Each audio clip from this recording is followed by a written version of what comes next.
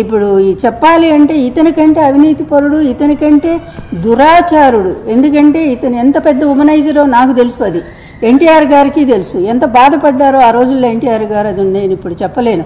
ఏనాడు నేను వ్యక్తిగతంగా ఎవరిని విమర్శించలేదు. కానీ దుర్మార్గుడు ఈరోజు దేవుడితో ఆటలాడుతూ ఉన్నాడు, భగవంతుడితో. ఎంత ప్రతిష్టాత్మకమైనటువంటి మరి తిరుపతి దేవాలయం ఇన్ని సంవత్సరాలుగా స్వామి ప్రపంచంలో ఉండే భక్తులందరినీ ఆకర్షించుకొని ఒక ప్రఖ్యాతి చెందినటువంటి దేవాలయంగా ఒక ప్రతిష్టను సాధించి మన అదృష్టం కొద్దీ ఆంధ్రప్రదేశ్లో ఉంటే, దురదృష్టం కొద్దీ ఈ దుర్మార్గుల చేతిలో ఈరోజు స్వామివారికి కూడా కళంకం వచ్చేటువంటి పరిస్థితి వచ్చింది. ఒక్క దానికైనా ఎంక్వైరీ ఉందా? నిన్న నేను చూశాను, ఆమె ఏఆర్ కంపెనీ వాళ్ళు మేము జూన్లో జూలైలో మేము సప్లై చేశాము, చేసిన వెంటనే వాళ్ళు మరి టెస్టుకు పంపించారు. టెస్ట్ కూడా ల్యాబ్ తిరుపతిలో ఉంది స్పష్టంగా. అక్కడ ఎప్పటికప్పుడు, ఎందుకంటే ఈ రోజు కాదు కదా, వందల సంవత్సరాలుగా నెయ్యికి టెస్టులు జరుగుతాయి. బాగా లేకపోతే దాన్ని తిప్పి పంపిస్తూనే ఉంటారు, బాగున్న వాటిని స్వీకరిస్తూ ఉంటారు. ఇతని గవర్నమెంట్లోనే జరిగింది. జూను జూలై ఎవరు? చంద్రబాబు నాయుడే కదా. ఆ రోజు వచ్చిన రిపోర్ట్ ఆయన ఏం చెప్పారు? మేము కల్తీ జరిగింది, అందులో ఇప్పుడు ఆ రోజు జరిగినటువంటి రిపోర్ట్ని ఆ రోజే బయట పెట్టాలి. నిజంగా గత ప్రభుత్వంలో జరిగిందనే దాని మీద బయట పెట్టాలి. కానీ అలా పెట్టకుండా ఈ నెల దాకా ఆగి, ఎందుకంటే ఇప్పుడు మళ్ళీ 100 రోజులు ఈయన పాలన మీద ప్రజల్లో పోవాలి. ప్రజల్లో చాలా గుడ్ పాలన అంట, మంచి పాలన అంట అయ్యింది.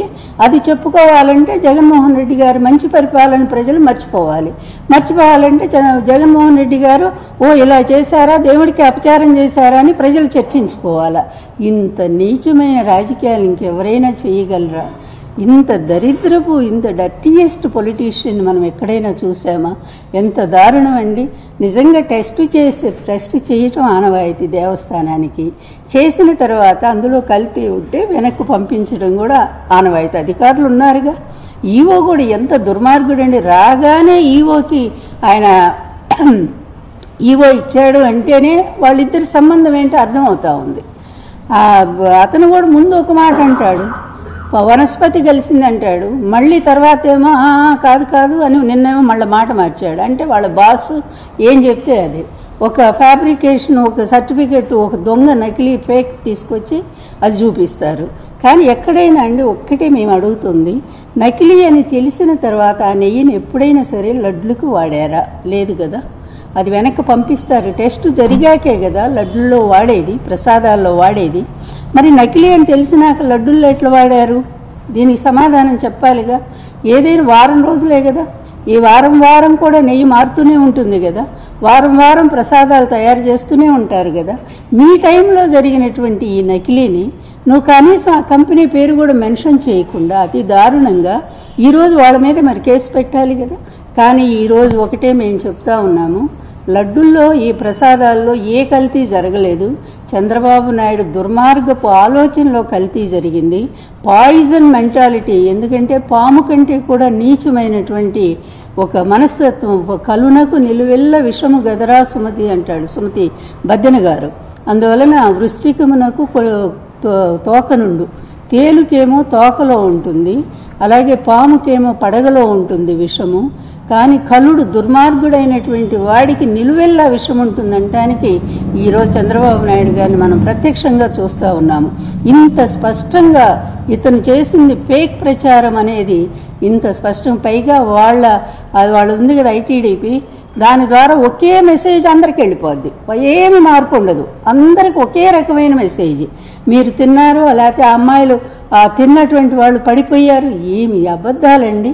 కానీ ఒక్కటి అతను మర్చిపోతా ఉన్నాడు, ఒక విలువ, ఒక గొప్ప వ్యవస్థని నీ దుర్మార్గమైన రాజకీయం కోసం, నీ నీచమైనటువంటి నిన్ను నువ్వు కప్పిపుచ్చుకోవటానికి జరిపేటువంటి వ్యవహారం కోసం ఈరోజు ఒక గొప్ప సంస్థ, గొప్ప వ్యవస్థగా స్వామివారిని కూడా ఈరోజు నువ్వు వివాదాల్లోకి లాగావే.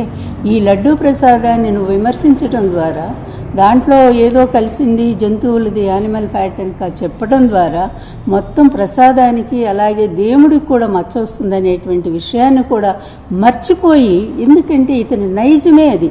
మీకు గుర్తుందో లేదో, ఫస్ట్ అతను ముఖ్యమంత్రి ఎన్టీఆర్ని వెన్నుపోటు పొడిచి ముఖ్యమంత్రి అయినప్పుడు అసెంబ్లీలో అతను ఏం చెప్పాడు, నాకు ఏ దేవుడి మీద నమ్మకం లేదు, నాకు నా కృషి మీదే నమ్మకం, నేను కష్టపడి పనిచేస్తాను, నేను పైకి వస్తాను, అంతే తప్ప నేను ఎవరిని నమ్మను, నాకు ఏ సెంటిమెంట్స్ లేవని చెప్పినవాడు. మరి జగన్మోహన్ రెడ్డి గారు ముఖ్యమంత్రిగా ఉన్నప్పుడేమో హిందూ దేవుళ్ళు వాళ్ళ అన్యాయం అయిపోతున్నారు. నిజానికి ఎవరి టైంలోనండి దేవాలయాలను కూలగొట్టింది?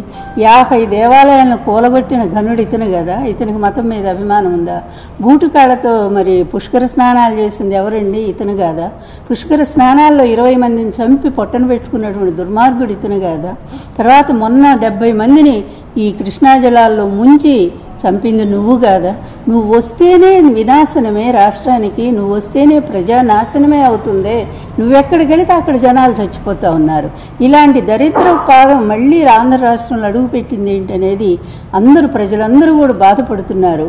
ఈరోజు భగవంతుడిని కూడా నువ్వు నీ నీచ రాజకీయాల కోసం ఆ దేవుణ్ణి కూడా వాడుకోవటం ఉంది. ఇది నేను అనుకోవటం ఇది పరాకాష్ఠ స్థితి చంద్రబాబు. ఇక లాస్ట్ నీకు దేవుడిచ్చినటువంటి ఇది అవకాశం, నువ్వు దాన్ని కూడా కోల్పోయావు. ఎక్కడో 75 ఏళ్ల వయసు వస్తే ఓ పరిపక్వత వస్తుంది, ఒక మెచ్యూరిటీ వస్తుంది. ఆ మెచ్యూరిటీతో ఇంకా ఏదో మంచి చేద్దాము ఈ సమాజానికి, ఇక లాస్ట్ అవకాశం నాకు ఇది, ఎప్పుడు పోతానో తెలియదు. ఎందుకంటే ఆయన కోర్టుకి ఇచ్చి చూడండి 100 ఉన్నాయి, ఆయన అన్ని రోగాలే ఉన్నాయి, అందులో ఎప్పుడు పోతానో తెలియదు. కనుక ఇప్పుడైనా మంచి చేద్దామని ఆలోచన లేకుండా ఇంత నీచానికి దిగజారుతున్నావే, ఇంకా నిన్ను దేవుడు ఎట్లా క్షమిస్తాడయ్యా? క్షమించడు, ఎవ్వరూ కూడా క్షమించలేరు నిన్ను. ఇది ఎంత పరాకాష్ఠ స్థితి, నీ పాపానికి ఇది పరాకాష్ఠ స్థితి. దేవుణ్ణి అపహాస్యం చేశావు, దేవుడి ప్రసాదాన్ని భంగపరిచావు. ప్రపంచవ్యాప్తంగా వీళ్ళు ఐటీడీపీ వాళ్ళు మొత్తం ఎక్కడెక్కడికో పంపించారు, చైనా పంపారట, పాకిస్తాన్ పంపించారట, అక్కడేం పని అండి? అంటే మీరెవరు కూడా రావద్దని చెప్పటమా? తిరుపతి దేవస్థానానికి రావద్దు, ఆ ప్రసాదం తినొద్దని చెప్పటమా? ఇంత పాపిస్ట్ వాళ్ళు ఎవరైనా ఉన్నారా అండి? నీ టైంలో జరిగినటువంటి కల్తీ, అదేవిధంగా ఆ కల్తీ ఉంటే వెనక్కి పంపేటువంటి పద్ధతి ఉన్నటువంటి తిరుపతి దేవస్థానంలో లడ్డులో ఎట్లా కలుస్తుందండి కల్తీ నెయ్యి? ఇది అబద్ధం కదా? ఇంత అబద్ధాన్ని ప్రసారం చేస్తూ నువ్వు అతి దారుణంగా హిందూ వ్యవస్థని, అదేవిధంగా దేవాలయ వ్యవస్థను కూడా సర్వనాశనం చేస్తున్నటువంటి చంద్రబాబు నాయుడు, నీకు దీనికి పనిష్మెంట్ ఉన్నదే ఉంటుంది, తప్పకుండా ఉంటుంది. ఏ రూపంలో వస్తుందో అది మేము చెప్పలేం, కానీ కుళ్ళి నువ్వే హీనమైనటువంటి పరిస్థితుల్లో ఈ ప్రజలందరినీ క్షమించమని అడిగే రోజు కూడా వస్తుందని చెప్పి నేనైతే ఆశిస్తా ఉన్నాను. ఇక నీ బుద్ధి మారదు ఎప్పటికి, ఎందుకంటే పుట్టుకతో పుట్టిన బుద్ధి పుడకలతో గాని పోదని చెప్పి శాస్త్రం ఉంది. అందువల్ల నీ బుద్ధి మారదు, నీ కొడుకు బుద్ధి మారదు. ఇలాంటి దుర్మార్గాల కేర్ ఆఫ్ అడ్రస్గా మీ ఇద్దరు కూడా అలాగే మిగిలారు. అందువల్ల దానికి తగినటువంటి ఫలితం ఈ ప్రకృతి చూపిస్తుంది. దాని పాపం ఇప్పటికే నువ్వు అనుభవిస్తున్నావు, తెలుసది, మాకు తెలుసు ఎట్లా అనుభవిస్తున్నావు అనేది. అయినా సరే ఇంకా కూడా నువ్వు అనుభవించాల్సినటువంటి పరిస్థితి ఉంది. అతి దారుణంగా భక్తులందరికీ నేను సవినయంగా చెప్పేది ఒక్కటే, చంద్రబాబు చెప్పాడు అంటే దయచేసి ఎవరూ నమ్మొద్దు.